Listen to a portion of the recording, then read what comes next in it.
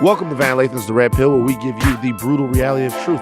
Today's guest, Mandy, one half of Whoreible Decisions. We've had Wheezy from Whoreible Decisions on here, and the conversation got pretty spicy with her.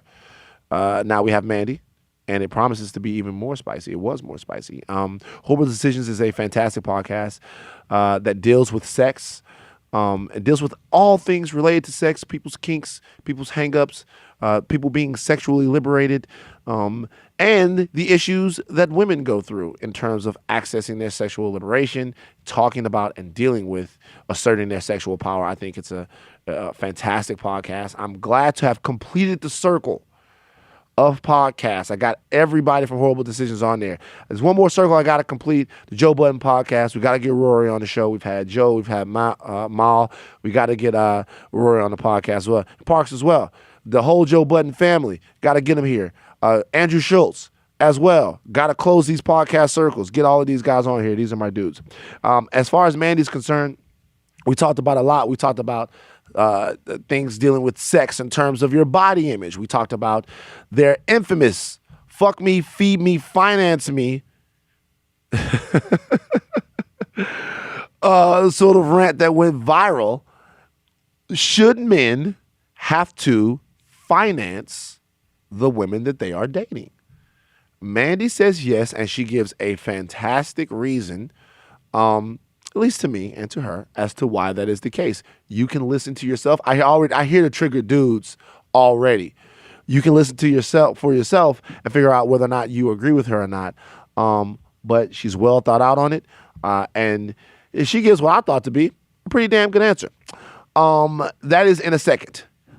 First off, May is Mental Health Awareness Month. We are all trying to do a better job of talking about and dealing with our mental health issues, putting them to the forefront to make sure that we're not bringing in more hurt, we're not hiding our hurt, and we're not putting Band-Aids over deep, deep wounds. It's a tough thing to do, but I feel like as a culture and as a community, we're having more conversations about mental health. I'm currently off of my medication. I stopped taking my Lexapro a little while ago. And whereas my brain is not as fuzzy, there are a lot of things that are different, I must say. You know, you show me a picture of a mother giraffe running in the Serengeti with a baby giraffe, I'll fucking cry. That's going to happen. Like, it's just different. Like, things are different. Because of that, there's something I would like to talk about. About a week ago, maybe a week and a half ago, was the 1 year anniversary of The Happening with one Mr. Kanye West. I think that was on May 2nd or May 1st, a year ago that Kanye West walked into the offices at TMZ, and boom, Van's big moment happened. It occurred to me that should have never happened. Should have never happened, that moment with me and Kanye. Because Kanye West should have never been at TMZ. And Kanye West should have never been at the White House. And so many of the things that were going on with Kanye West should have never happened. And the reason why they should have never happened is because he was openly telling us that he was on and off medication and dealing with severe issues related to his mental health. And I don't think that we took him seriously enough. I'm not sure what Kanye's state is right now. And I'm not saying that having a mental health disorder absolves you from having any destructive or problematic political opinions or engaging in behavior that is destructive to a community that you owe better. But what I am saying is, I don't understand why he has been given a platform that we've protected so many other people from. I'll tell you what I mean by that. There was a time when all of the media decided to cover Amanda Bynes a different way. There's a time when all of the media decided to cover Britney Spears a different way, when they realized that these people, these individuals, these ladies were working through things that were mentally debilitating. They stopped putting them on Front Street. they stopped covering their quirks in a way that was seemingly being made fun of them. They stopped exposing them to triggers that could deepen their mental illness. I don't think that Ye or even someone like DMX, gets that same treatment from society. And I think sometimes people, including myself, forget about that. I don't think that there is the same protection for those people as there are for other people. And part of it, I think, has to do with the sort of latent and unconscious belief that black men in some sort of way, black people in some sort of way, don't hurt and feel the same as everybody else does. These are the reasons why you look at a 12 or 13-year-old black child and treat them like they're a 25-year-old person. These are the reasons why you look at an 18-year-old black man and call him a demon Hulk Hogan and feel like you have to use your gun to put him down because we're something other than human. And if we're something other than human, then so is our pain. It's not regular pain, it's black people pain. And black people pain is not the same as pain from everybody else. Now, I'm not saying that there's some sort of evil, nefarious scheme out there to treat us differently. I think that these things are deeply ingrained and almost reflex at this point. But still, they're worth talking about. I'd argue, and I'm not in anybody else's community but mine, of Baton Rouge, Louisiana. I say it on every podcast. I'll say it on this one too. I'd argue that the triggers and the trauma that go on to people where I'm from significantly victimize us in terms of mental health on a different level. A combination of things, a combination of the bipolar situations and the PTSD and the anxiety and the depression. I would say that there needs to be extra care, not less care. And I'm wondering why it's not treated the same. Why Wendy Williams isn't treated the same when she's going through something mentally. Why that's a meme instead of outreach and sensitivity. I fully admit that I was a part of it. I looked at a man that was going through something mentally. He said something that was abhorrent, and I felt the need to check him on it. Put in a similar situation, I would do the same thing, no matter who it was. The question I'm asking is, was that situation appropriate? And the answer is no, it wasn't. Don't know where I stand with that particular artist now. Damage has kind of been done. Kind of not fucking with it anymore. It is what it is. I'm a human being. I can't be perfect. Don't think I'm going out to the desert to listen to music or anything like that. Haven't been invited, but don't think that is my thing. But I will say, in closing, that we have advocates in our community that are talking about and pushing forward a platform of mental health awareness. We have people out there that are writing the books, doing the tours, giving the talks, trying to get us to have these conversations more. That's fantastic. At the base of this, though, is how we treat each other when we see each other in pain and how we demand people to treat us when we see other people in our community in pain. Our women have a tremendous amount of pain as it relates to their treatment in this country. How are we going to demand that they be treated? We have it. How are we going to demand that we be treated? But more importantly, how are we going to treat each other? Now, everyone that has mental health issues across the board, no matter what ethnicity, no matter what culture, no matter what background you come from, they deserve to be heard, treated, and loved. Everyone. Doesn't matter. We have to lean into these issues and figure out how to help people live happy and productive lives. However, Black people are people. We are people, human beings, flesh and blood. Whatever you think we can take because of what we took in the past, get it out of your mind.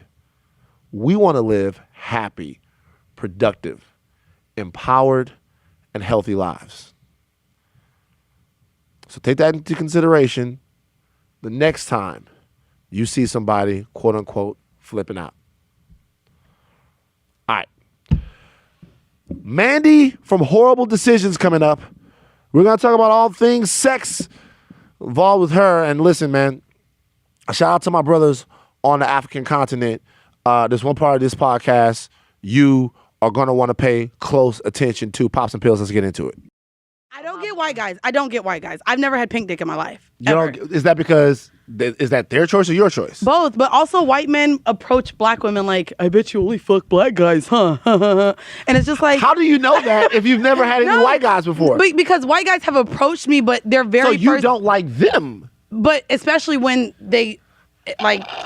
spew out all that, like. So you're saying that there's no white guy that's ever come to you in a suave, insecurity, John B. ass way. They come at me like, I know you probably only deal with black guys, but here I am. Or it's race play, really bad. Tell everybody. But first of all, white people clap for Mandy from Whoreible Decisions. We're starting just like that? Yeah, we're starting. We just get right into it right now. I see. I thought we were having an intimate conversation. The reality is that it's better when we start this way because this is when we get the real depth of the problematic ass opinions that y'all be having. Calm the fuck down. So I want to hear this white guy thing. So white dudes don't know how to talk to you. No, I don't think a lot of white men know how to approach black women in real life. No, they come off either super insecure or they come off like too woke. Right. And shout out to my boy Sam White. Oh yeah, see, and we've had him on my podcast, and I don't feel like it's genuine. Shut the fuck up. I'm sorry. Don't have me. And we've had him on our show. Weezy loves him. Well, let me tell you something about Sam White. It is 100% genuine. Sure, he's a Kappa. Like, it has to come off real genuine. To me, I don't feel that genuineness. Like, Rory, genuine white guy. They're both genuine, but shout out to Rory. Like, they're both genuine. Yeah, I know. What's not genuine about? I don't know. To me, it comes off like too for the cause. See, but can I ask you a question? Somebody like Sam. Yes. And everybody out here knows Sam is my man. Yes, I'm sure. So somebody like Sam that's actually willing to do the work that we say we want white people to do, why is it that there's that little shred of problem, that little shred of distrust is what I'm trying to say that we have for someone who's really out there? We always say, yo, man, what we really need is white people to use their privilege to combat prejudice. Now you got a guy that's doing it. Does he? Sure he does. But I even feel like, I guess, I don't know. And I don't want to talk too much on what he does in his calls. I'm not 100% in what he's done for the community, and we have had him on the show. I'm really good at energy. When you had him on the show. To me, I don't feel the genuineness. Huh. And I like feeling people as being genuine people. Right. I don't feel that with him. Like, and even not to dig into it, but I watch, like, I'm actually someone who is saddened by the Rachel Dolezal incident, because after watching her thing, I truly feel like she feels for the people. Her sons are of the culture. I know. Wait. Outside of her getting, so Sam, wait, hold on. No, don't do this. So Sam, somebody who it embraces his whiteness, but uses his whiteness to actually combat and be on the side of cultural causes. You have a problem with that. Rachel Dolezal, a fake ass sister. You have some sort of sympathy for her. What is it? Transcolor, transracial? Ain't no trans nothing. It's like, listen, I know. This is my thing. Okay. Anybody that wants to be a part of, and we had Sam on here, and we talked with him, and it's just very important that allies speak with you and not for you. Yes. So as long as your allies are with you and not going out and being representative of you, because that's something that they can't do. Right. Like I like to think of myself as an ally for women, but my job is to give women a megaphone or a microphone, not to talk on said megaphone or microphone. Right. So I think it's just also hard as a biracial woman. Like, my mom is white. Right. And the reason why but the reason why she's so for like understanding me as not only a biracial woman, but all of her friends, all of my family, black side, my whole white side disowned us because we're half black. Yeah. And for someone like her, shout out to them. That must have been tough for them. No, it sucks. They ain't shit. Crackers. My bad. But like, she left home at an early age, and black people were the only ones to take her in. So like her respect for who they are and not really, just knowing the difference. I don't know outside of him being a Kappa if he really has that relationship to the black community outside of I step and shimmy. Yeah. And so now because you went to a HBCU and you fucking shimmy, now you know. He didn't go to a HBCU. Well, he did go. He did. It was a prominently white school. But then he pledged his Kappa. Yeah. So to me with that, it's just like, okay, you were introduced to the culture at this point of your life. I didn't hear anything about him as to how he really felt connected. I would love it. I would love it. My bad. We gotta put Sam podcast out. I've been holding on to that podcast. Please put it out. We gotta put Sam's podcast out. What happened was Sam was having a great podcast, and DC Young Fly came in here. And shit! I can imagine. I can imagine right there. I can imagine. But first of all, shout out to Sam White. Keep shimmying. Keep working with. Yeah. That's Mandy. Cute. Fuck what Mandy talking about. But look. You're biracial. Oh, here we go. One half of Whoreible Decisions. I am. And y'all at Whoreible Decisions are collectively one half black. Don't do this. Well, I'm saying. First off, we're a whole black if you combine us. A whole black if you combine us. Because you're also a whole white if you combine us. Calm down. I'm just saying. Well, is it really white? She's Israeli. So that's Middle Eastern. But Israeli from where? Israel. Okay. But where are those people from? Like now, I don't know because that ain't my culture. What I would say is this: like there are tons of Israelis who aren't based in who came to Israel after Israel was formed from places in Germany and in Europe and places like that. So yeah, that part white. I don't know. So I'm Jamaican and white. My mom is from San Diego. My dad is on a green card, like legit moved to the United States at 13. Your mom took all of that. So my younger sister is half Haitian. Like my mom likes island men. Your mom jumped around the islands. Don't do this. Not jumped around the islands. Jesus. Don't do this. She dating anybody right now from Grenada or no, Anguilla? Fuck you. He's actually African American. Is he? Yeah, he What's is. What's your mom's boyfriend's name right now? Me and my sisters aren't all for him, so he doesn't get a shout out. Different dads? Two of us have the same dad. One of us have a different dad. Damn. And grew up in a single parent household. So wow, so you had it tough, huh? I mean, I don't like to say that. I mean, I feel like I can relate to a lot of people, and I think that that's what helps, like, with people connecting with me on my podcast. Like, I did grow up single parent household. I went to all black schools almost my whole life, except for Dr. Phillips. Shout out Dr. Phillips. But then just seeing my mom work multiple jobs. I've been working since I was 14 years old. And then just, everything. So Section 8, food stamps, Salvation Army for Christmas. Right. I've lived in shelter. I've done all that. So, like, where I am now, I'm just proud and I'm able to, like, just let people know, like, I feel you. They can come up from that. Now, I always wanted to talk. I always like to talk to biracial people. Is there any time? I did not know we was going to have this conversation. We're going to go the whole gamut of conversation. Okay. As a biracial woman, a biracial person, first of all, where I'm from ain't no such thing as biracial. I'm from Louisiana. Wait, what? Mulatto? Oh, no, you just black. You just black. Okay. You black, and if you don't, they'll remind you that you black. Like, see, the white people will remind me. However, the black people, even though I went to all black schools, would feel like I ain't count all the way. So, like, what? 100%. Like, I was light skinned. So where'd you grow up again? In Orlando, Florida. Really? And then I also went to high school briefly in Atlanta, Georgia. And you feel like in these places, Orlando and Atlanta, you have problems accessing your blackness with people who didn't want you to be a part of it. 100%. Wow. And then because I'm also light-skinned and there's a huge Latino population. So, like, they would automatically think I was with them. I don't speak no goddamn Spanish. Right. And, white people, I was black to them, but to the black people, no, not always. Now, did you feel like any of these sort of mini schisms in cultural connection in any way affected your worldview today? Like, how did those things make up? 100%. So coming out of high school, and because I went to all black schools growing up, my elementary, my middle school, my high school is like literally 90% black. Yeah. I did not want to go to a HBCU because I felt like I wasn't getting the worldly experience. Right.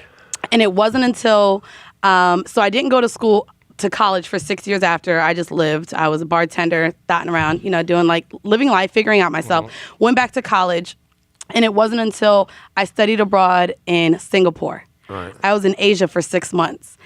And that is where I realized, like, fuck the bullshit. Like, the rest of the world sees me as black. They stared at me. It made me uncomfortable and made me want nothing more than to come back over here and go to HBCU, maybe for, like, my master's, which now I'm probably not going for because of everything going on in my life. But it was at that point where I was like, okay, I only want to be around black people. So do you feel like, that's interesting. So because there was something I posted it, and some people got at me on Instagram, where Jordan Woods said that, like, the first time she realized that she was actually a black woman in America is when all of this stuff started to happen.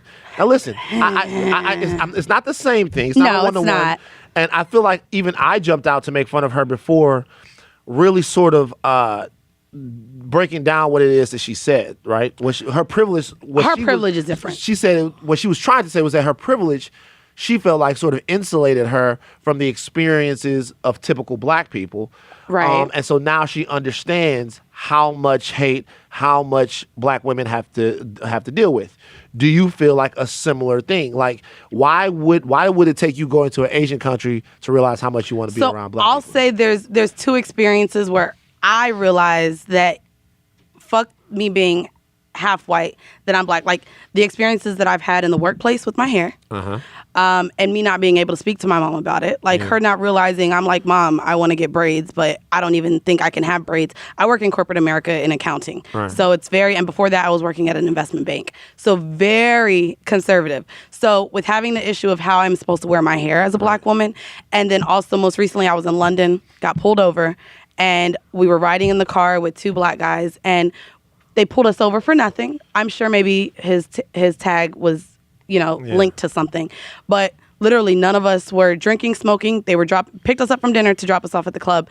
And they made all of us get out of the car, said it smelled like weed. And they took our passports. I literally felt like, okay, this is the place. And I experienced an experience of PTSD because he was getting slick with the cop. Now, I don't know how cops operate in London. Apparently, they don't have guns the same way they do here. They don't. But I was scared. I cried, and I told him, like, stop talking to him that way. Like, I literally felt at any given moment, we're black, they're going to shoot us all. Right. And so that was, like, my first time even experiencing, like, okay, I can face this as a black woman. I fear for my black men, and being in that incident, I realized the PTSD that it's caused from seeing all of the shootings here. And I hadn't experienced it before. I don't put myself in those situations here with that, but just being pulled over, being taken out, them telling us, they searched the car. 3 people searched the car.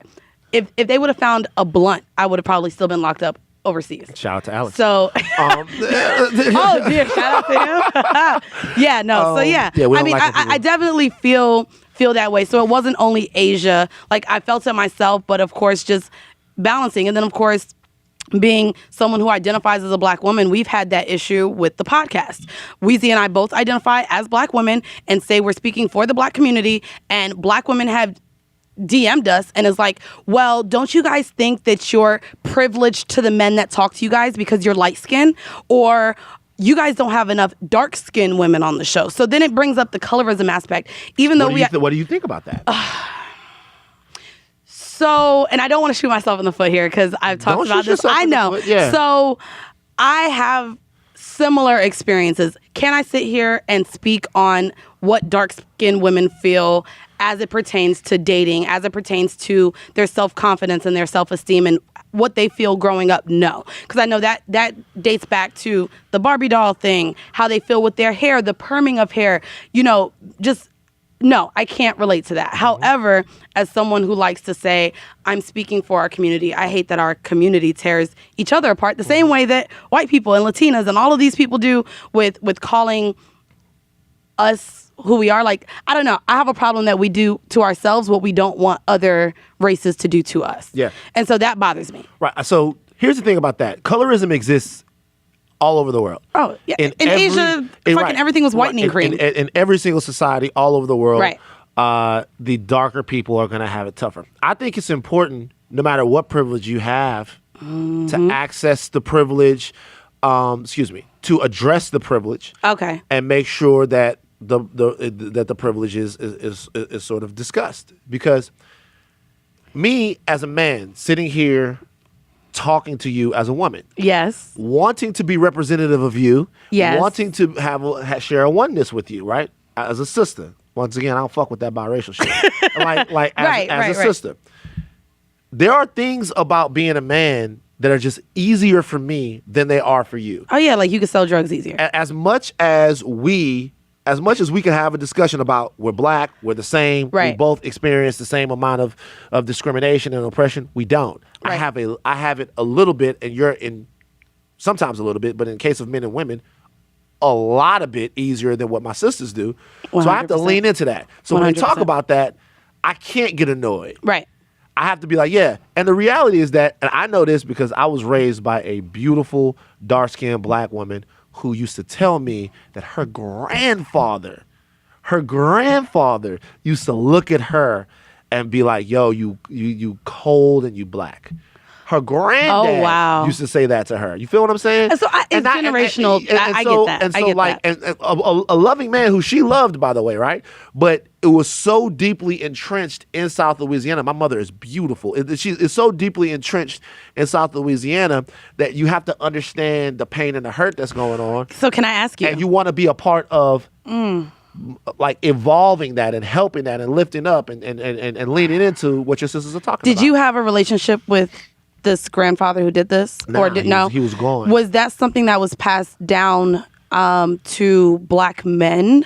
So I asked this because if this is, even though she loved him, this was the response that she received.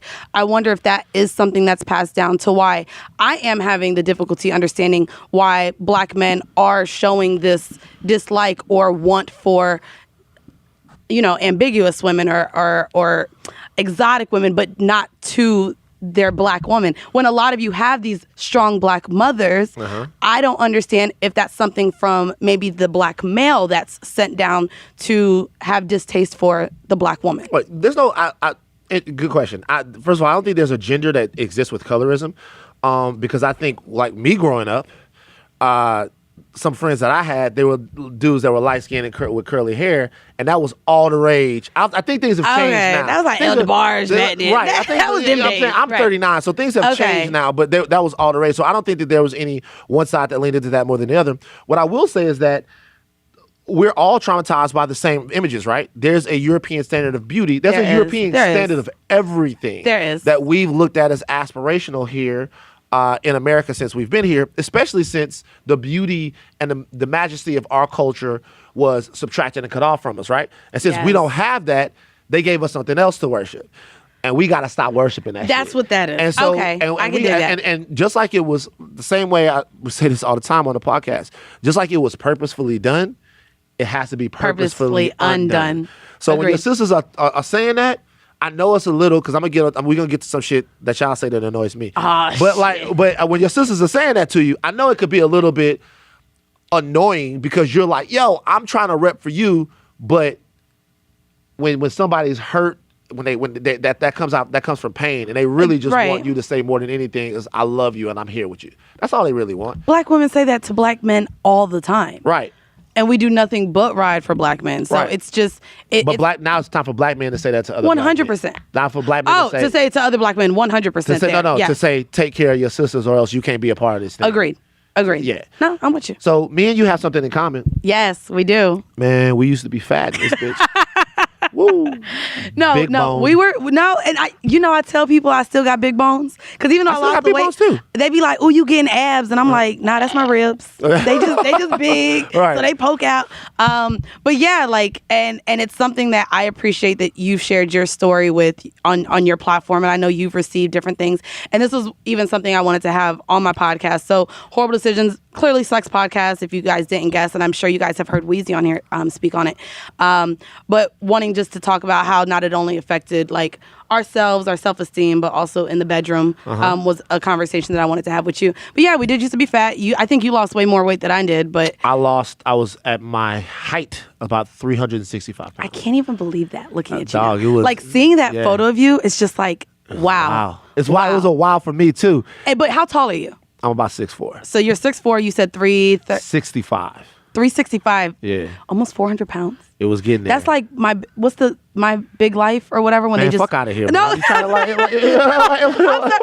That's you like when you was like one of them obese niggas. They had to cut the fucking. You wasn't just big. No, you ever seen the motherfuckers that have to come and get the crane for and pick them out? Yeah, I was a big guy. You had 2 queen mattresses you slept on. Yo, shit was different, man. Yeah, it was. and so in perspective, or in retrospect, I am 5'1", and I was 230 at my highest. No shit. Saquon Barkley. Don't do that. I hate you. Fuck you. No, and my God. and I'm about 80 pounds down from there. I'm about 155 now. Yeah, give it up for Mandy, everybody. Thank you. And so I guess and not to run the go, but I'm sure you've shared this a little bit. What was your take on, I guess before we even talk about how you lost it, I hear the jokes between you and Charlemagne. I think you had a different response with the people around you that maybe urged you or pushed you to lose the weight. What was the people's tactic around you with their response to your weight? You talking about like my friend group? Yeah, because Charlemagne was like, called you fat fuck all the goddamn time. But I wasn't fat then. He never knew me fat. He didn't know you fat. No, Charlemagne calls me fat in the past. In the past. Like, Charlemagne calls me fat. Like Charlemagne's criticisms of me are all of, like, he'll be like, I'll tell Charlemagne, I'll be like, my nigga, I'm not fat no more. Like, you know what I'm saying? Like, I'm still getting to my fit level, but everything that he talks about is in the past. What was the response So then? my boys back in the day took sort of a different approach. And they knew that I am at my core a sensitive person. Okay. I'm a very sensitive guy. I'm a very thoughtful dude, and I can easily become melancholy, and I can easily shut myself off. Okay. And they wanted me around. Like, my guys, like, I don't know why I'm getting emotional. Like, my guys love me. Right. Like, my group of friends at home, they love me. They supported me, and they shielded me because my niggas are fly. If you look at my guys, these were the fly guys in Baton Rouge. Right. These were the dudes to be around, right? And so, but what they would do is they would do small things. It was never, ever, they never put me down. I have always had a great support system. I like that. But they would say stuff like I had different meals for everywhere that I would go. So when I would go to Bennigan's, I would get like the big Bennigan's chicken strips. Okay. They're huge. And then the lady at Bennigan's one time, I remember, she was like, okay, so now you can get 2 sides. And she ran off all the sides, and I said, okay, I'm going to have the fries, and then I'm going to have the loaded baked potato. I remember this woman just all carbs. The woman, she says, okay, just to let you know, on the baked potato, it's cheese, sour cream, chives, and bacon. And the fries are a sharing portion. You want both of them. And I was like, yeah, and a molten chocolate cake. Wrap my shit up. Let's get it. You know what I'm saying? Oh. And so what my boys would say is, like, I was living with my homeboy Ian. Shout out to Ian. And I would come home and I would lift that up. And Ian would look at it. He'd be like, it's a lot of food, man. And they're like, never like, it's like, yo, man. That's a lot of food. That's a lot of food. Or my boy Gino, who would be like, I would be like, yo, give me a number 4 supersize. And he was like, maybe one time try like not supersize. Okay, that's just get cute. the regular, you know what I'm saying? Right. And they would do shit like that. But I was never made to feel bad about my weight. Not by them, by people outside all the time, but never by them. Okay, I like that. I guess with me. About you, yeah. How was it? So it's weird because with me posting photos now of what I looked like, yeah, all of my friends are like, bitch, you wasn't that big. Yeah. Like, when were you this big? Right. But it's also because even with my weight, I was still the life of the party. I was still bagging niggas. And unfortunately, I will say it was kind of a false confidence in myself. It didn't matter how much weight I started to gain. I felt like as long as I'm bagging niggas, like, I still look good, right? And it wasn't until, there became an insecurity within myself where my friends didn't see it, but when I went shopping, I live in New York. Right. It's winter. I can't fit boots because they don't go up my calves. Wow. I don't fit jeans. I can't find jeans that my size. So it's fucking 25 degrees outside and I'm in leggings because it stretches and that's what fits. Yeah. So that's where my insecurity was, but I never showed my insecurity to anyone else. And there were just things that would be said that I guess men would think would reassure my confidence, but in the back end it wouldn't. So you look good for a big girl though. Yeah. Or like at one point, like they was like, damn, you like a Jill Scott. Right. And I was like, whoa, am I really? Like in my mind, in the mirror, I didn't feel I looked like a Jill Scott, but here I am. You're like, damn, you fine like Jill Scott. And I was like, oh, okay. I remember for me, that used to be like, they would look at the rest of my homeboys and be like, oh yeah, this was sexy ass niggas. And then y'all got a big titty there. I'd be like, yo, I'm sexy too. But see, and I guess so it's different for men. And then for a long time, towards the end, before I decided, okay, it's time to lose weight, I started feeling fetishized.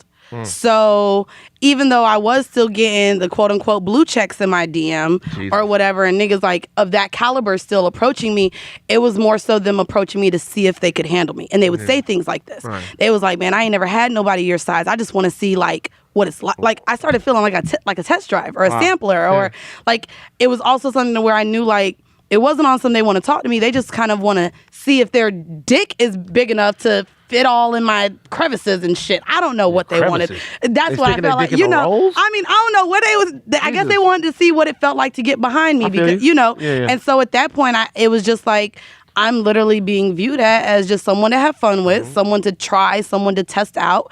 And I think that actually, in turn, on top of just the shopping, started being like, all right, something's got to change. Outside of any of those external forces, how did you feel about yourself when you looked in the mirror? I will say there was a false sense of confidence. And anyone who even sees my throwbacks, they're like, girl, but you had confidence then and now. And it was like, even going through my old phone, there was selfies. Right. I wasn't taking pictures of my body. I was wearing all black to cover. I was wearing the slimming colors. I wasn't wearing stripes. I wasn't wearing patterns. And when I went out, I smiled and I was like, I'm the life of the party. I'm here. I'm a bad bitch. And inside I was just like not looking like, you know, the people that I was around or especially being in the industry. I was the big girl. I got in because of who I know, but it wasn't like, like, damn, like, you know. So it was just, luckily my personality shined, which I think a lot of obese people, I don't want to say fat, but people of larger stature, they hide behind personalities a lot. So if you see a lot of bigger people, they're the comedians of the group. They're the funny people. They're the people that people genuinely like to be around, but I think that we hide behind our, you know, our huge personalities. You know what happened with me was that like two things happened. Number one, like I spent so much, first of all, I was a little different in that everything about my life changed. Like once I really started to realize, and there were a couple of different situations where I started to realize that I was really, really, really big, right? Like seriously big. Like there were a couple of different situations where I started to realize that I was apart from everyone else. Now, once these things happened, there was a palpable sense of shame that was in my life. Like I was ashamed of myself. Right. And I was ashamed of sort of just, I felt bad. So there was a point in my life where I showered in the dark. Oh, wow. Yeah. Like I didn't turn the lights on to shower. Because you didn't want to see yourself. Didn't want to see myself. Naked. Wow. Right? I showered in the dark. Like I never put myself in any social situation alone. The closest that I feel with my guys is because I had to have them. I had to have them. And then there was a point, I think around 24, where I just completely started shutting myself off. Like, in terms of socially? Totally. Like I would come around, like my close friends, and sometimes I would throw parties at my crib just to make everybody come, because there's a big party at your crib, you pay for everything. Everyone's gonna show up. Everyone's gonna show up. Yes. Blah, blah, blah. But I started just staying in my room, playing Madden, and then I would jump on the internet and feed my brain. And I would look into, people always ask, even now, Van, how are you so well versed in so many different things? And it's because I spent so much time with myself. But that was a blessing, though. The reason why that was a blessing is because every sort of insecurity that I could have possibly had, I had to face it. I had to go work it out. Right. But it was for a lot of other people, and I say this all the time, if you're a bigger person and like you don't owe society a thin body. You don't. You don't. Like you don't have to lose weight or conform to anything, be anything for anybody other than yourself. So for all of the big people that I knew that had tons of confidence, that got tons of ladies, that were at all of the places, that really felt good about themselves and were also active and did different things, I was envious of them because I could never be that. But were they, and I guess you'll probably never know. Some of them were. Yeah, and they were confident with where they were, because that's the thing, and I shouted out for the BBWs, the thick girls, and almost in a sense, even with you saying this, that we don't owe society anything, a part of me, and someone asked me this in my comments earlier, a part of me does feel guilty, and I want to know if you feel the same. With you being a big guy at that time and, being a representative of, the teddy bears, and me feeling like I was a representative of the BBWs and the bigger women, like, I kind of do even sometimes now feel a guilt that I can't really speak for them anymore. I'll be fat till I'm dead. You'll be. Oh, so you still feel? This is like what I'm doing right now is every single day I'm making a decision to prioritize in a very aggressive way my health and my image. And the reason why I'm doing that for a couple of reasons. Number one reason I'm doing it is because I had high blood pressure and I was going down the same road that the rest of my family was going down, and I have to be healthy and I have to be present and be here in order to do some of the things I want to do. And secondly is because I like the sacrifices. I like the way my life is now. Yes. Same. But the reality is that all the people that I talk to, I feel a kinship with them. I feel a kinship with them because there's a small group, actually there's a large group of people that know what it's like to fight against their genetics. Yes. Which I feel like my mom has thyroid issues. She's now added another 50 pounds. She goes up and down with her weight. So I know weight is a big thing. My family also has diabetes. That's very prevalent in my family.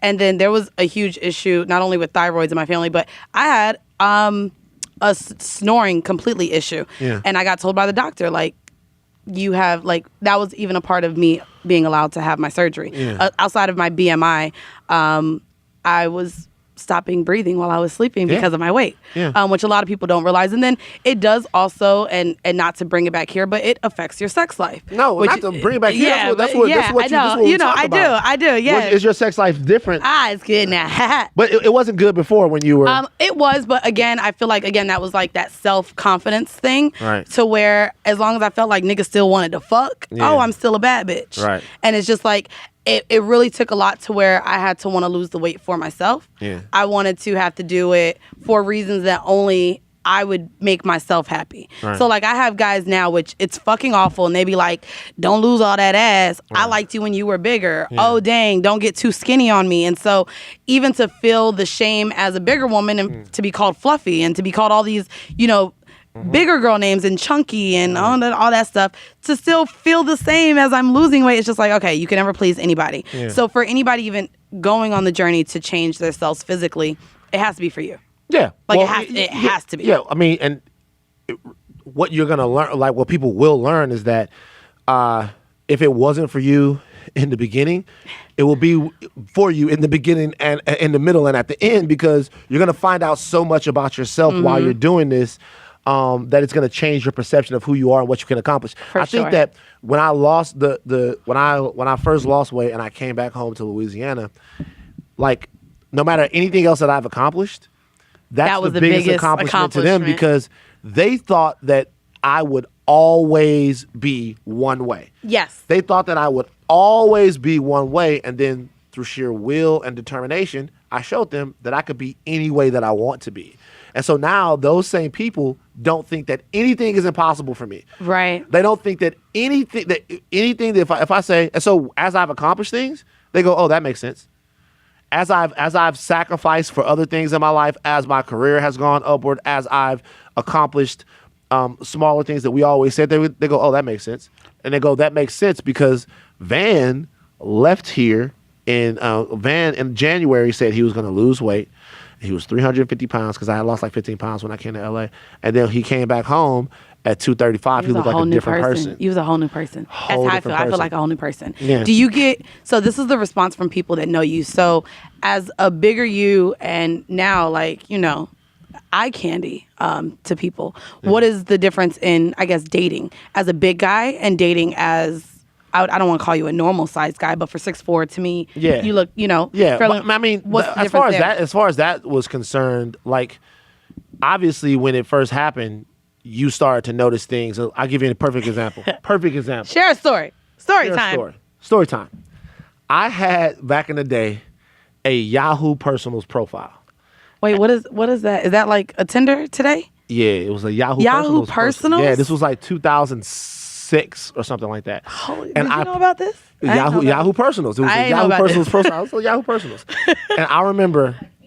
Huh? AIM? Like AIM? It was like a fucking Yahoo. It was like fucking like a dating profile. Like Mi Gente? Like Black Planet? Exactly. Okay, I'm a little younger. Yeah, okay. You're right. Y'all a little younger. So I had Yahoo Personals profile. And this is true.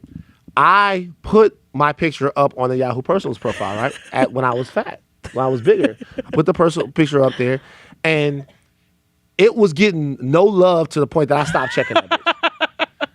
It was getting no love to the point that I actually stopped going on there to see who was going there. I remember, so I started updating pictures everywhere, right? Because it was a weird point in my life. I was living out here in LA, and I didn't have very many friends here in LA. A lot of the friends that I had were people that I was communicating in New York when my brother was practicing law and back in Baton Rouge. Okay. So these people didn't see me every day. So even as I was telling these people that, yo, I'm down 30 pounds, man. I'm down 40 pounds. I'm down 50 pounds. Like, they couldn't see it. Right. Mm-hmm. So I remember one specific day, I updated my MySpace. Oh, my God. I updated my MySpace with a new picture, and I got mad fucking emails from all these people like, shit, man. And then shout out to my brother Jabril. My brother Jabril Jackson says, yo, you should change the picture on that Yahoo shit now and see what happens. And I did. And I remember. Wait, there was a different response there? Oh, shit. Funny. When I say there was a different response, I wish I could find that picture because I look good in that picture too. like there was a day, it was fucking popping. And so I think from that point on, I started to kind of lean into the fact that, yo, I mean, I never thought of myself as, it's weird, I never thought of myself as like a ghoul, but I was like, hey, this might be a little bit easier now. I think that's kind of what I took all the way into the rest of everything. It wasn't really about, and I don't really have a high, like, I don't care about my aesthetic. Like, it doesn't, when I think about health and fitness, I think about being the most efficient version of myself. Right. And the most efficient version of myself is not 360 pounds. I 100% agree with that. You? Did you wild out when you lost a bunch of weight? I mean, shit, I'm posting mad pictures in bikinis and shit now. Like, I'm going, they like, damn, thirst trap queen. And I'm like, listen, like, it's because I'm like just so excited. Like, I covered myself 2 years ago in one pieces and cover ups and not feeling as confident. I mean, I always showed off. It didn't matter to me, but not to the extent now, I feel like. And I mean, it's more so progress pics for me. But of course, you men feel like, you know, if anyone posts a picture in a bikini, it's for men and it's for thirst and it's to garner attention. But it's not. No, a lot of it's because I'm proud of like what I've done. And I guess to break down. You want to show people. I mean, I want to show off myself. Like, I be in my mirror taking pictures. There's tons of pictures on my phone that are not posted, that don't even get sent out. Like, it's just, damn, I'm looking good right now. And I just take pictures. Now, let me ask you a question. Can you post a picture? Can you have a picture in your phone that makes you feel as good about yourself as a picture that everyone else sees does? Yeah. Okay. So then when you post a picture, it is because you want someone to see it.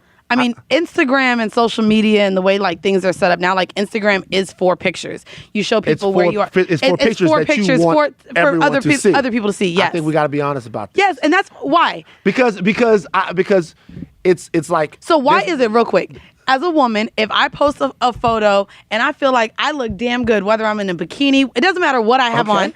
I could be at a beach. Right. Why is it that a woman is looked at as garnering all this attention and wanting clicks and thirst trapping, but a man who may feel the same confidence in him wearing whatever he has on or him being in the gym, showing off the progress of him in the gym, none of that is deemed the same way. Like, women don't sit here and attack you men for posting because you felt good, you posted a picture of yourself. Yeah. So the fact that men automatically assume that I'm posting this photo for the attention and things from other men, I don't understand why that's not like we give you that space to do that. I got an answer as a man. Go ahead. the man is posting it for attention. The woman is posting it for attention. The difference in the perception is misogyny. So, so that's a simple answer. The man that feels good. Shout out to all of my homeboys who post these pictures. Jesse Williams, Reggie Bush, all of my guys out here. They know they look good. He fine. Man. Jesse Williams fine. He could just post a selfie though. He has eyes. He know, like they know they look good. Okay. So they post these pictures, and it's for people because I look good here. There's nothing wrong with it. The difference in the perception of it is because women in this society, for whatever reason, are supposed to be in this emotional and physical little lockbox by men. And anytime they try to open the box, men try to put them back in it. Oh, 100%. But that's why even with what we talk about, but don't act like you. Thirsty. You want people to see it. But it's I'm posting it, so I know that people are going to see it. But to sit here and assume that women do things for the attention or for everybody to be desired. Everybody does. No, but the way that it's put on women, like me and my homegirl Stacey were just having the conversation about us getting our hair done, our nails done, the eyelashes, the eyebrows, the toes, like everything. And while men may assume that, oh my God, y'all do all this upkeep, we don't even pay attention. A lot of us literally do things for ourselves. Sure. The same way you and I went through the weight loss journey. It wasn't even for the attention. Oh my God, people are going to see I lost this much weight. Can't wait to get all the attention. Right. No, it's genuinely like people like, and I don't think that men allow women to really do things for themselves. If I fuck you, it's because I want to come, and I hope that you can make me, because 9 times out of 10 you're not. But there are things that women do for themselves. Sure. No, listen. So a couple of weeks ago, I posted a picture of myself when I was like, I just got a haircut. Okay. And so I looked at it, I was like, yo, in this particular moment right now, I can fuck with anyone. I'm handsome. in this particular moment. Just this moment. Just with the edge up. Yo, got you. I even said it in the caption. I was like, yo, this is 12-hour period, like right after you get a haircut. 12 hours. And like you feel like you can fuck with anybody. And I was like, yo, Trey Songz, Michael B. Jordan, any of these guys, like I'm on. And I posted the picture. And it was because the reason why I posted it is because like I wanted people to see how handsome I looked in that moment. Fuck this. Why would I deny everyone the beauty of what my mother and father made? Right. But I don't think there's anything wrong with that. But I also think that if we're going to use social media in a healthy way, that we shouldn't, like, there are times to where both, for men and women, right? I look at pictures and I see somebody has posted a picture and I see like a paragraph of inspirational quote.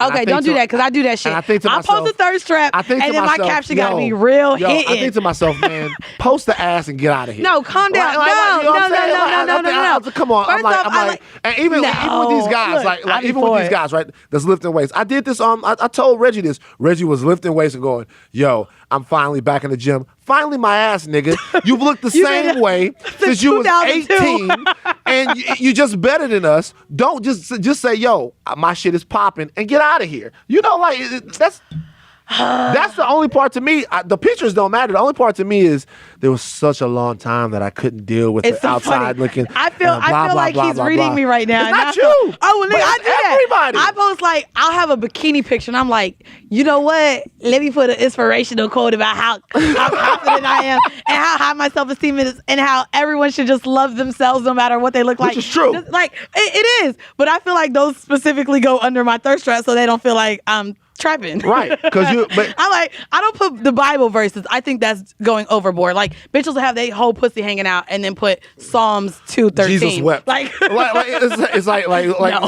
like relax. Don't do that. But at the same time, I'll operate by one rule as far as social media is concerned. Yes. It's your gram. Do what you want. Facts. I sure do.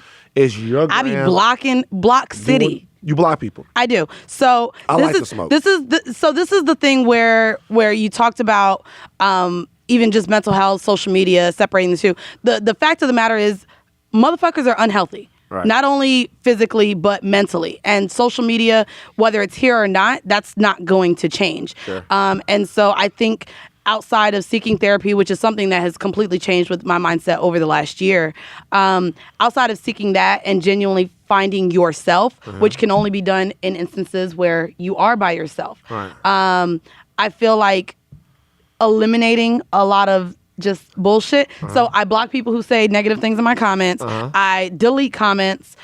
It's just things that I don't want out there in the universe, and I don't want to have to overread. So it's also something where you can control what you're seeing, what you're responding to, and it's literally not feeding into it. Yeah. And so that's just kind of how I look at that. I mean, I guess I do that too. I think there's more so things that I don't post because they're parts of my life that I don't want to open up to scrutiny from people. And I'm an open book now. I done talked about my abortions. I done talked about having a threesome with 2 men, which is completely looked down upon. I done talked. That's looked down upon? Absolutely. A male, female threesome, yes. You know like, what? It's not, everyone views a threesome as 2 women, and as soon as you bring in another male, now it's a train. Then there's that conversation. Then it's, well, dang, are both of them straight? Because, oh my God, 2 naked guys together. This is why I'll say, like, I've done, I guess, the train thing. See, here we go. Look at your face. You look excited, like you about to try to chew me up. And no, I'm not. I'm saying right. there are things that I've done in my past that are, I guess, adjacent to that. You did a threesome with another man? Nah, I did.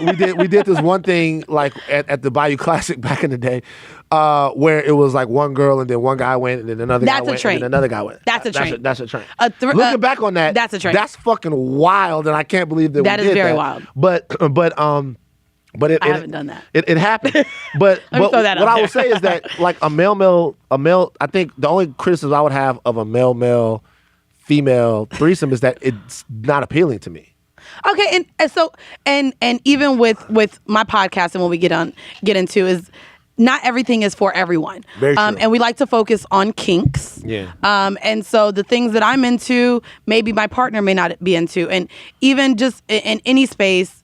Tying back to mental health, tying back to self-love, tying back to self-esteem, like communication with whoever you bring into your life is important. Right. And so like right now at the age I am, I'm not even having sex unless I know I'm on the same page sexually with somebody. Right. What does that mean?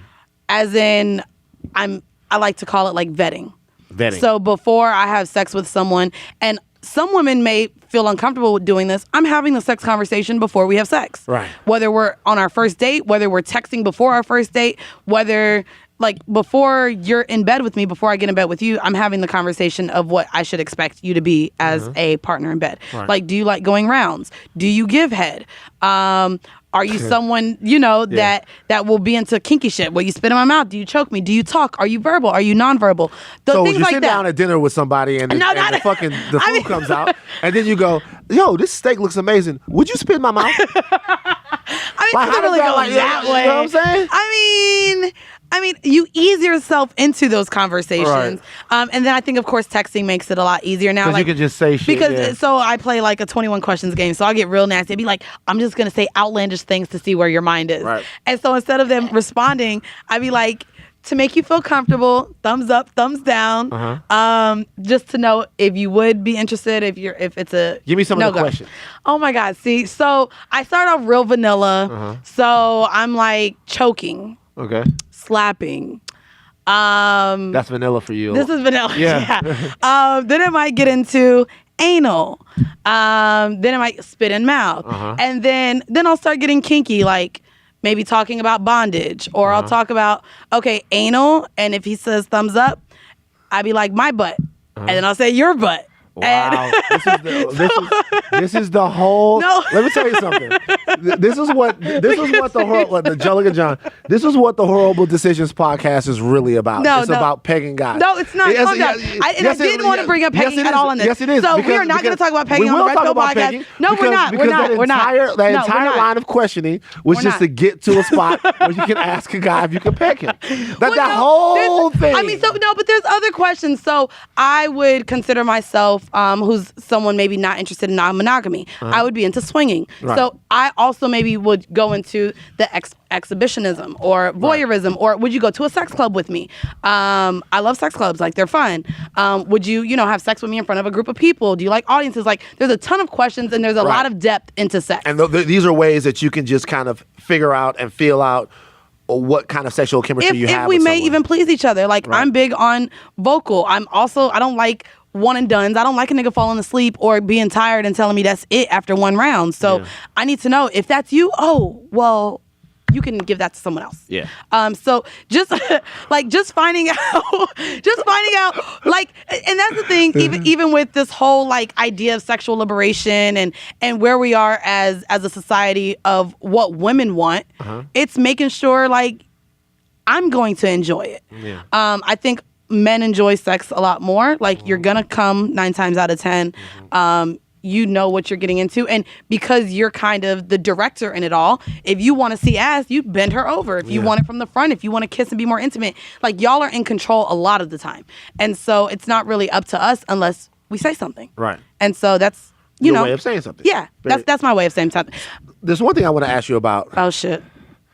That was big. Look, I'd be nervous. That was a big. I even posted it on my page to get some. Oh God! Yeah, I posted it on my page to trigger people because sometimes I like to trigger people. You know what I'm saying? And it did. It did it. It did. It triggered people for a whole week. I stayed off. I had to stay offline. It triggered people not only in those comments. There are ridiculously. I don't want to say ridiculously famous people like I'm talking to. Oh no, I saw Killer Mike would comment. But there are even people that are more. That you would never think that hit me up in the DMs that were having, So it was shit. It was no. I had to stay off Twitter for like a week with that. So we did a Salty feature. Shout out to Salty Magazine. Shout out to Salty. And what Salty does is they're a lot like our podcast. They talk about all of the LGBTQ and they give a space to where we can live in ourselves. We can be ourselves sexually, physically and mentally, and what we think about dating, sex, relationships. Sure. So go ahead, tell them what the fuck, caused this uproar. Weezy, shout out to Weezy. Mandy and Weezy did this thing to where they talked about the 3 F's. Yes. Which are? Finance me, feed me, fuck me. Finance me, feed me, and fuck me. Look at John. John looks distressed. These are the things that they really want from a guy. Not really want, but yeah, like these are the 3 basic necessities. Finance me, feed me, fuck me. Yes. Okay. Yes. Here we go. Oh shit. So I wasn't ready. All right. I'm gonna preface this and set it up. Yes. If we are to be living in a society, by the way, I have no issue with that. I don't no issue. Yep. This is my thing. Yep. No issue. Yes. Just questions. And I'll give my answer. If we are living in a society where gender roles Here we go. and things like this have been destroyed. It has not. It has not, which is the problem. Let me ask you a question. If we want to live, let me preface, if we want to live in a society where gender roles and things like that are destroyed, how do we have that notion with the same notion of you got to pay my way, you got to feed me, blah, blah, blah, blah, blah. So, I'm just asking. Yep. So I'll be honest. And I just saw a movie on my way here, which was really good. If you guys can check out the movie, The Basis of Sex. Yes, I've seen it. A wonderful movie. Yes. Where there were laws put into place that actually differentiated between genders. Yeah. And there was gender discrimination. And so for me, as someone who preaches of sexual liberation, as a woman who's in accounting and, makes all my money and still does want to hold this power, you can't sit here and go against the double standards of society that will not go anywhere. Doesn't matter how long we're fucking here. Not in our generation will we see double standards go. Furthermore, as long as there is the differentiation between pay and equality as it stands in the workforce, which is also not going to change. So there are things that a man can do where you will always make more money than me. And as a woman who now is making her own money, I do kind of look down upon not even caring, Black, Latina, white. As a man, you're making more than me as a Black woman who's at the bottom of the totem pole. Mm-hmm. So in my mind, I still view that where I'm at, there's no reason why a man should be making less than me. And in the space where I do feel, again, sexually liberated, independently liberated to do the things that I do, I still do also believe in the patriarchy. hierarchy system just a little bit. So I believe that men are providers, men are protectors. That is the role that you guys have played, and that's the role that you guys do want to keep until it comes time to motherfucking break bread. Right. Until it comes time to pay the motherfucking bills, y'all want to be the man of the house. Y'all want to be looked at as the protector, the providers. Y'all want to be looked at as the kings. But as soon as a woman demands anything from you, then it's, oh, y'all gold diggers. Oh, but y'all want to be equal. Y'all only sit here and criticize a woman for wanting something and wanting this independence when it benefits you. Because in real life, y'all still feel like we can't do anything better than a man. You guys don't believe that anything you can do, I can do better. The things that we say as women to uplift women to maybe feel like we will ever be equal to y'all don't let us have. So as soon as we want motherfucking ask for some bills to be paid, or for when we go out that the man pays for the dinner, then y'all want to push back in our face equality and independency, which in real life y'all completely undermine any other chance that y'all get. So I can't dispute any of that. This is what I will say. First of all, I'm from the South. I'm a woman that's never paid with a meal. I've never split a meal, even when I was broke, right? It's just like not the way my dad raised good man. sons. Good man. And I think most of my homeboys will probably feel the same. It's not even something that we really talk about. Right. We got to take a girl out and pay. It's not even a big deal. Why is it then when a woman says it? Because you do it without a woman saying. I'll tell you why. Because of there are two things to me that ruin either way, that ruin legitimate connection between people. Okay. Legitimate connection between people. The first thing that ruins legitimate connection between people is entitlement.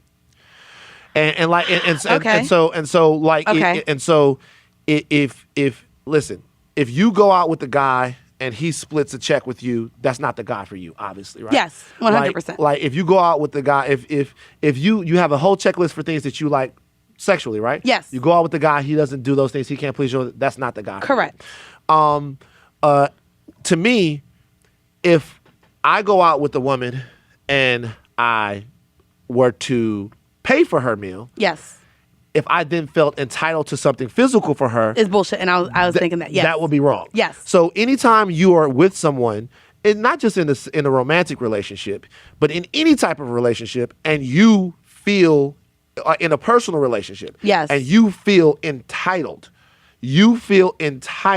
that to me can ruin a legitimate connection that you could have with someone. Okay. And it's just because there should be no, not should be, you can have your own expectations for what it is that you want, but I don't have any problem with you guys feeling that way, and I actually think that there's a lot of merit to what you just said. I was about to say, do you hold standards and entitlement synonymously? A standard is something that you maybe. That's actually a good question. I think if you have a standard that a man has to be financially viable to be able to see you, yes, I don't have no problem with that. Okay. I don't have no problem with that. Okay. Not at all. But sometimes, and this might be me, because as much as I try to be, sort of evolved and sort of fair thinking, as much as I try to be, there's still some deep-seated misogyny that's in there. Right. And you have to kind of try to shake it out. It still, for some reason, feels like, damn, going into a situation like that, the entitlement part of it would make me wonder what my function here really is. And if I don't think that things are genuine, right, then I might not be able to have a genuine connection with someone. And that's like, and to me, like, I don't think that there's anything, there would be, if a guy made a video that said, yo, if I take you out and if I do all of this stuff like this, you got to come home and fuck me. I think that there would be a lot of women that would have a problem with that. No, 100%. But I think that outside of taking, okay, if you feed me, then, you owe me pussy. Outside of that conversation, though, I've had conversations with men who have dated women, brought them over or flew them out for the weekend and stuff like that. And even though it was whatever the situation was, they felt a way without saying it that maybe she didn't clean up, that maybe she didn't cook, that maybe she didn't do the things that a man expects a woman to do. That's bullshit. Like, why?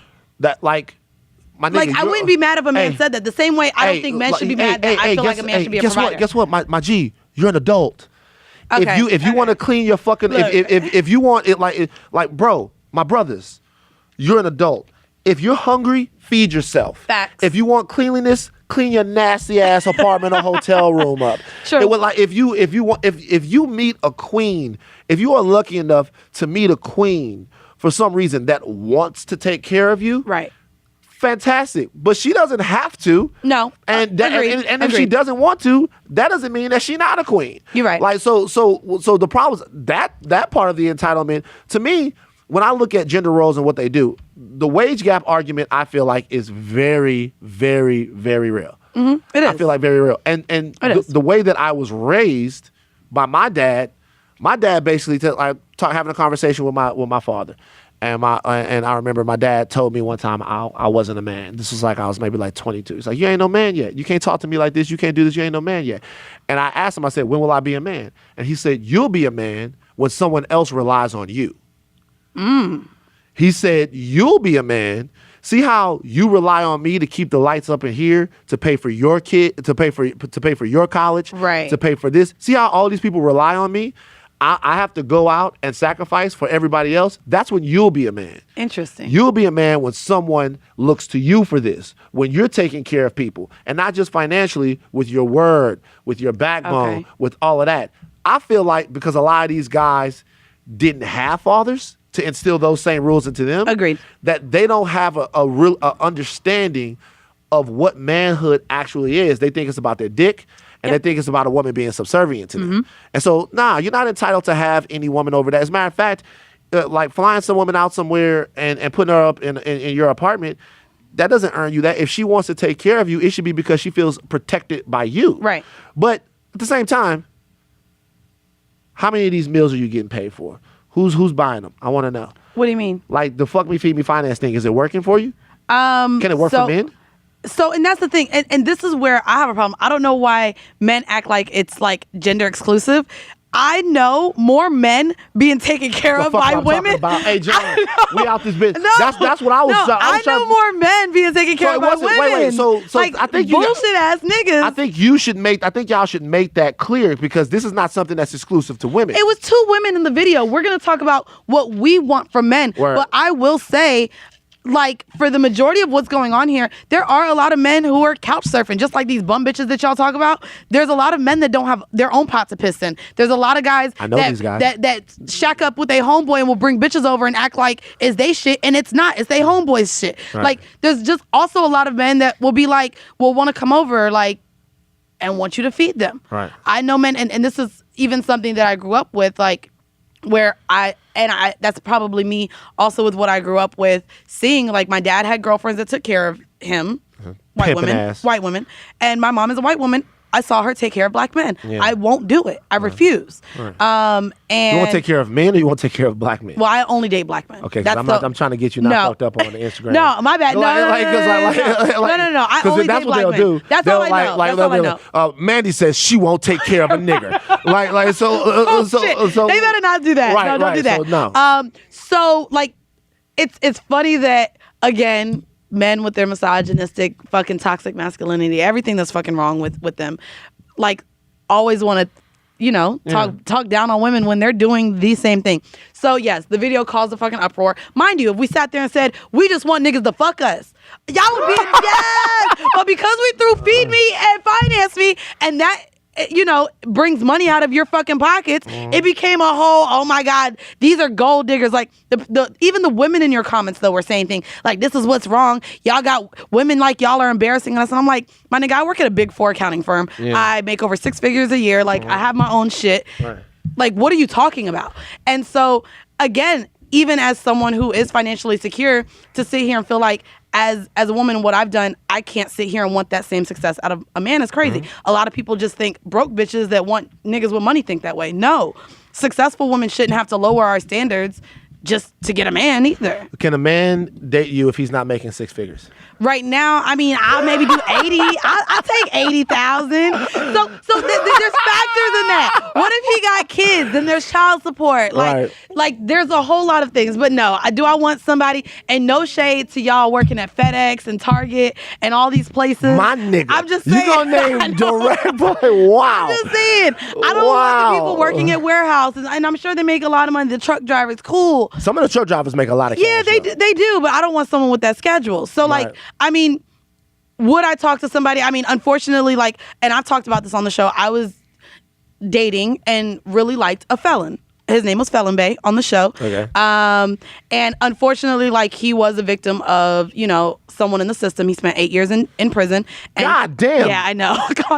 8? 8 years, yeah. Man, shout out to Felon. I'm not trying to run afoul of that nigga. That nigga a criminal. No, don't damn. He ain't kill nobody. He ain't kill nobody. Hey man, shout out to everybody in the system though. Sometimes but it sucks like coming out. 8 years is a long time. Like no, but coming out, seeing like the difficulty in him getting a job. Like he's like, yo, like I want to do better. I don't want to go back to what got me locked up. The odds are up. stacked against this man. Chipotle wouldn't even hire him. Like, and he came. Like we had a deep conversation about that. So it is unfortunate, and I know what the black men have to face, like with just going out, being pulled over. Because you don't want that same guy taking chances on the block again. No, like you don't want him to try to get his chips up. No, and so it sucks. But I'm at my age. I mean, I'm not in high school. I'm not here to build a man up either, and that's a lot. I can't go against the system for you. I mean, I can do what I want. So of course he's a trainer. I think that's. I mean, they only have so much options out of prison.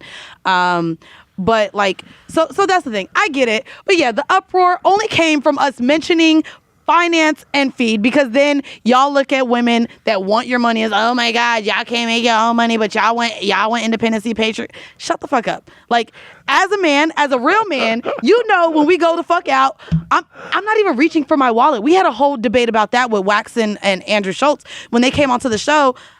When I go out on a date, you think I'm gonna do the fake reach? No.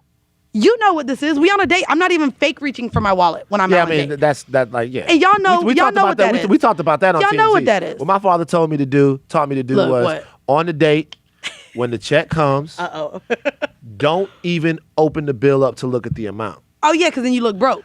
Just put your card in it. Just put your card in it. And my dad would say, because my dad used to wear a cowboy hat. He used to be like, he's like, just put your card in it and be talking to her while it comes and never break eye contact. That is a boss move. Like never break eye contact with her. That made my pussy wet. I ain't even know. Never break eye contact with her. Keep talking, because he said a date, and he was telling me this when he had supplied me the money. Like, you know what I'm saying? Like I was a kid. I was maybe like 17. He said, listen, something very important, because I don't want people out here thinking Terry Lathan's son some kind of little broke nigga. He's like, when they bring the bill over, don't open it up and look at it. She might feel like she gotta help you. Yeah, ain't nobody gotta help you. That. You a Lathan. Like, take the money, put the money in the thing, make eye contact with her, and then hand the bill to the guy. That way she'll know that whatever y'all get into later on in the night, that you can pay for it, that she's protected, she ain't got to worry about nothing. And these are the little nuggets of wisdom. But at the same time, you grew up with a dad. Lucky you. I had a father. And so, I will say, unfortunately, yes, a lot of us don't get to grow up in two-parent households. Does Mandy ever pick up the check? Oh, I pick up the check when I absolutely hate you and I'm ending the date. I'll pay my own fucking portion. So what you're saying Separate is... Separate checks, please. I'll pay my shit and I'm walking out. So I don't need to be feeling indebted. I don't need you to even tell anyone we went on a date. Let's say Mandy comes in. Oh, here we go. And she's dating one of the Lakers, which is probable. Let's say Mandy comes into LA. She's dating one of the Lakers. This dude picks you up like. He's a millionaire. I'm not paying for shit. Wait. He picks you up. Bring up someone that works at FedEx. Let's not do the Lakers. Okay, let's say he doesn't play for the Lakers. He is like he's a well-to-do accountant type. Okay. But has a nice high-rise, Century City, whatever. Gotcha. So he picks you up. He takes you. He's like, Mandy's only going to be in town. Oh, by the way, Whoreible Decisions. This is going to come out after. Yeah, it's fine. Yeah, shout out. It's sold out anyway. But the sold out live show on Saturday, it was amazing. It was great. I was there. It was fantastic. Give it up for Whoreible Decisions. Thank you. One of my favorite podcasts in the world. So he picks you up. He takes you to fucking Katana. No. We haven't eaten yet. He takes you to Fendi. Then he takes you to Saks. He shops for you. Then he takes you to an art museum. He spends money on you all day long. Then y'all go to dinner that night, and the check comes. If he done drop money on Fendi and all that already, no, like he taking the whole day. So there's no part of you that thinks, yo, he really didn't show it out for me. Maybe I could do something nice. Like what? Not at that stage. Not in the beginning. I don't mind if I'm dating a guy for a long time and maybe he's done that multiple times. Right. I'll pick up the cab or the Uber. I'll be like, the Uber. I'll be like, I'll take the Uber. The Uber. Look at John is laughing. You'll pick up the Uber. So we gonna eat like a $300 meal, and you pay for the $12 to get there from the hotel. Calm down. This is LA. Everywhere takes 30 minutes. It's gonna be at least a $38 Uber. Yeah. So I'm gonna pick that up. I'm gonna be like, you know what? The car's on. I got it. You got the Uber. I got the Uber. Damn. I mean, so how do you show appreciation? How do you show appreciation to? So after I've been with someone for a while, and I show appreciation in different ways, like and it's hard with a guy with money. I will say it's hard to get a guy who gets everything they want themselves, finding something that, oh my God. So I'm a listener. So like this guy that I've been having sex with, we don't even really date, but I've been fucking him for like 6 years.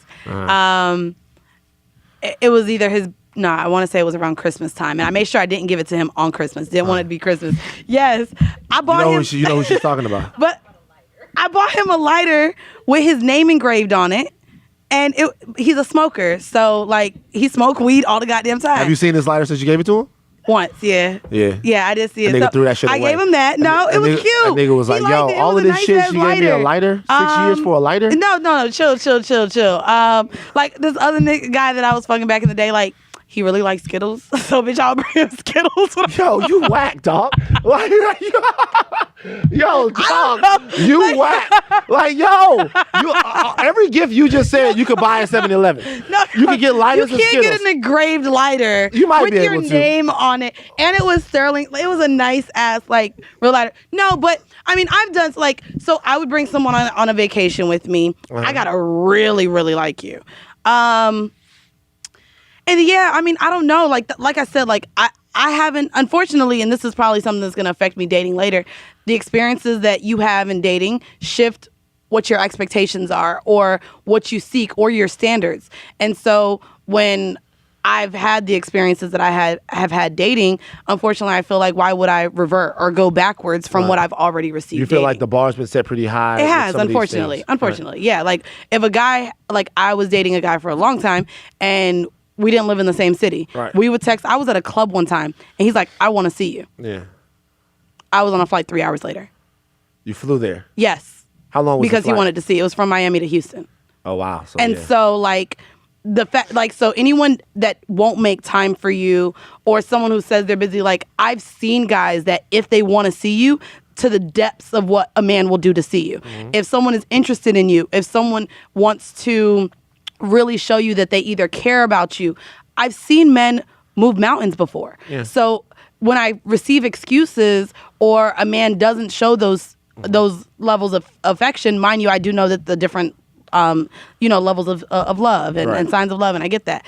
But I've seen guys really show me that they wanted me around them. And so that's your standard. Yeah, like that you gotta yeah. Like you've seen that, so you're not. I've seen that, so, and it's not even material things. I don't care about bags. I don't care about all that, and I can pay my own bills now. Mm-hmm. It's literally showing me you make time. Let me ask you a question. What about let's say that, like, I'm scared when you ask questions. No. Okay. Let's say that, like, you meet a guy, right? For some reason, you meet him, but he's broke. He ain't got no money. He doesn't have any money yet. But then, like, you walk into his apartment, right, and you see amazing paintings everywhere, or you see a computer rig where he's coding and building. He's talking about the creatives and building websites. I'm saying is, what if you see promise? What if you because I tell you what, yes, there are women everywhere. There are, of course. There are women everywhere, of course. Like Mackenzie Bezos just divorced Jeff Bezos, right? Yes. Jeff Bezos didn't have $140 billion when she met Mackenzie. Of course. When he met Mackenzie Bezos. He was a dude that had been in investment banking, right? He wasn't broke, but at the same time, he had, I think it was investment banking, hedge fund, something like that. He basically said, listen, I'm going to leave this shit, get a bunch of loans, and start a company to sell books online. And then she was like, all right. Yeah. So, like, and then, boom, $140 billion. Later. Is there ever any is that at all like an aphrodisiac, talent or promise or something like that? We just had this conversation as well in the car. Like, when it comes to creatives, I do like someone with drive and passion. So say even I meet someone and I fall completely in love and he works at the post office. Right. I may not be okay with your salary, but if I'm having the conversation with you, I need to know that there's more. Right. I'm not okay with people staying stagnant. The benefits at the post office are so dope. Yeah. Okay. Okay, I'm sorry. I'm sorry to cut you off. We can all pay for our own benefits in real life. Like, shut up. Just go ahead. Technically. So, like, yes, I love a guy with drive, with promise. As a creative, I would love a guy to be a creative and us be able to have that conversation. Like, me and you, when we talk on the phone, it's like, we have different conversations about every type of things. But I even talk to you all the time when you had Arian Foster on here, and even just the men that you have on this podcast, the conversation that they're able to have, the intelligence, the intellect, and how deep their conversation goes. That's enough to make my panties wet. Arian, you hear that? He's married. I already looked. I had to unfollow him with his fine ass. Right. But like seeing that a lot of people with that intellect don't want to limit themselves. Right. So they're not going to stay content in a place where they're like this the whole time. As long as you want to see yourself build better, like I want to build an empire with someone. I always say I don't want a husband or a boyfriend. Like I want a partner. I want us to be able to grow on each other. I want someone to make me better as a person so that I can make them better as a person so that we can push each other. Yeah. So I'd be okay with that. I'm 28, almost approaching 30. Yeah. So I mean, unless you're 22, like at around the 30 age, I need to see something. You know what's crazy? I need to see something. What's crazy is that y'all say I'm 28. Don't do this. Here we go. I know. Y'all some babies, man. Listen, and I've come a long way. Y'all some kids. I 28. Listen, I don't live life. I know, but anyone that's 28 right now and feel like you up against the clock, chill. Which I don't feel like I'm against the clock, but the life that I've lived and the things that I've seen, like, oh my God, like I said, I've been working since I was 14. I've lived in Atlanta, Miami. I've been in New York for the last 6 years. I've traveled the world. I lived in Singapore. I've done all types of things that I'm not proud of. And so like I've learned over these things, and I get the whole like men mature slower and all that, like that whole conversation again, the double standards of allowing you guys to take a long ass time to grow the fuck up. To make mistakes, and women don't have that same. We don't have that. We don't. We don't. We're looked at as gold diggers in our 20s for trying to figure it out. Yeah. We're looked at as hoes because we're fucking without being married. And then even from other women, we're bashed by our 30s. So you don't have a kid, so you're not married. So now we're looked at as less than. Or we get the whole, something got to be wrong with you. So like, no, as a woman, we don't get that. We don't get those times to make mistakes, to be poor, to sit here and explore ourselves sexually and see what we like without feeling all the shame from society, from men, from other women. No, we don't get that. We don't. We don't get that time even from being young. Like we have to sit here and go above and beyond, prove ourselves, go to school, make money. But not only go to school and make money now because we're in this new society where equality is a thing, but now we still have to be ladylike. No, make sure you know how to cook. Otherwise, a man ain't gonna want you if you don't know how to cook. Right. You can't be like. There's just a lot of things that we don't get the privilege of doing that men do. So, switching gears real quick, personally with you, what is the most difficult lesson that you've learned in all of this? Because you talked about some of the things that you've been. Because I do remember before I knew you, I do remember one thing that happened where, and I was always thinking. Because I followed you on Instagram, right? Yes. And then I remember it was like a scandal almost. You were overseas. Remember this? You had... This is Dubai, which is, again, some bullshit. It's all bullshit. Was it like 4 years ago, 5 years ago? Yeah, so 4 or 5 years ago. Before everybody was going to Dubai. Now that everyone traveled. 4 or 5 years ago. Mandy was in Dubai. She's laughing. And I cannot. Mandy was in Dubai, right? And I guess the thought was that I was getting shitted on because that's what men created the assumption that any woman who traveled overseas, ridiculous. And it was like you posted pictures like you posted with a camel in the desert. In the desert, and then the comments were like, yo, who pissing on you? Like, it was ridiculous. Like, and then of course there was a whole page out that if you went to Dubai, this is what you were doing. It was called Tag Your Sponsor. Tag Your Sponsor. Yes, bitch. The page was called. Terrible. So let me sit here and luckily we are in a space now where as Black millennials, everyone is traveling now. So the idea that a woman is traveling only on a man's dollar is not a thing anymore. We all book trips. There's group trips now. Like, so this is a thing now. Like, there's Black travel pages, Travel Noir. You have all of these things where now we know we're not like all poor. We can afford a flight to somewhere. And so what's crazy is at that point that everyone was tripping was actually. By the way, it wasn't just on Instagram. No, it spilled over to Twitter. Spilled over to Twitter. It was a thing. So at that point, and it was what's ironic is that specific trip, I got with my friend Crystal. We actually, the same fucking flight deal that everybody else got. It was $177 round trip. It was on Christmas. I swear to God. Like, there's no fucking way. Look at Nigel. Nigel. I swear to God.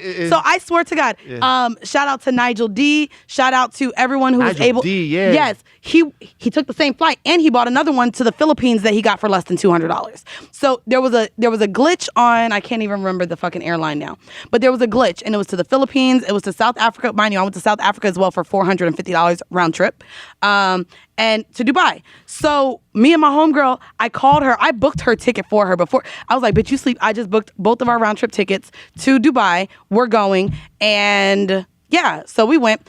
I will sit here and say, because I'm an honest motherfucking hoe. The other 2 times I went, I did get flued out, but it was by a Nigerian who only liked missionary sex. So there was nothing kinky going on. Right. So you didn't get pissed on. No, there was no shakes. There was no pissing. And what's crazy was he didn't live in Dubai. He did business in Asia. In Guangzhou. He was a businessman, no scammer, like nothing like that. Yeah. And we had been talking we ended up dealing, oh my God, for years. My friend knows of him. And so he brought me over with my friends as well to make sure I was comfortable, to where it wasn't on no, oh my God, like I'm just gonna fuck you the whole time you're here. No. So he brought me over there because that was his layover between Guangzhou and Nigeria.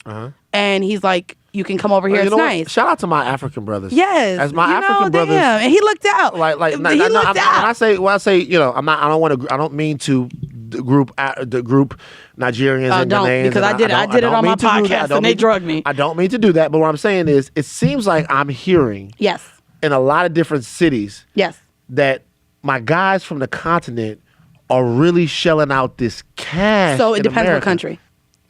Interesting. It does. Okay. So which countries in Africa? Nigeria for sure. They're Senegalese, the best. You're not gonna meet, like they're not. Ivory Coast, they're different. Cameroons, they're cheap, but they will. Like I've talked to men from Cameroon too. But my nigga, there's no way that this is scientific. No, it is. No, seriously. Look, there's a difference with African men. It's not the whole continent. You're telling me that that based upon the country in Africa is how well the dudes will spend on women. Yes.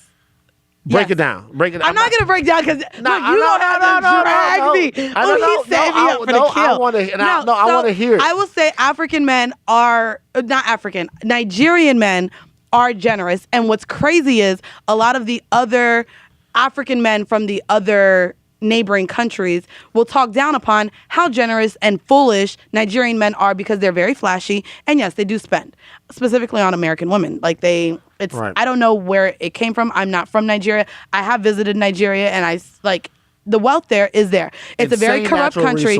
Yes, all over. Yes. So, but you do have the Nigeria's scammers. Not any more corrupt than America is. No, I mean, I'm not gonna lie. I've been to a lot of places. Yeah. Nigeria made me feel different. And I've been to third world countries. To be honest with you, the corruption that goes on in Nigeria couldn't begin to reach the corruption that happens here. Goes on here.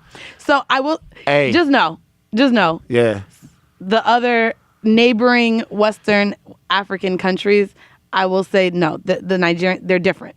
Right. So if you hear of someone being with a generous African, they're most likely. I don't want to generalize, but they're Nigerian. Right.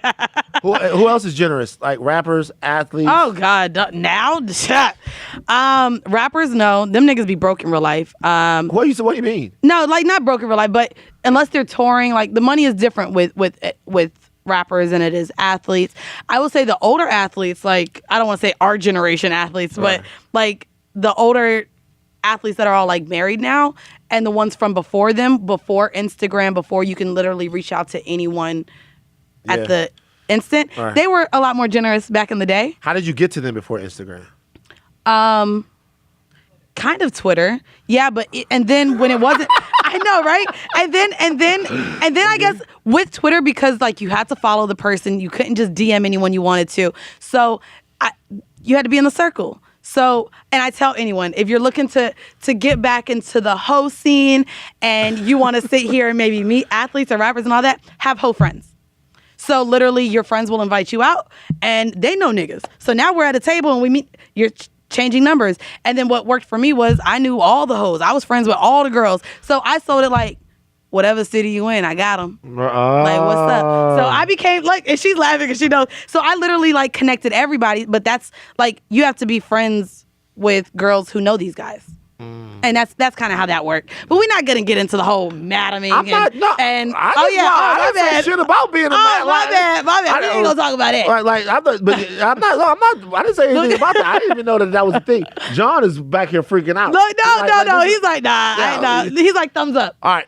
So, but yeah, damn, this done hops around. We done talked about a goddamn everything. This is what happens on the red pill. You know, red pill. I don't. This is what happens on the red pill. They didn't know what they was gonna get into. One last question. All right, one last question.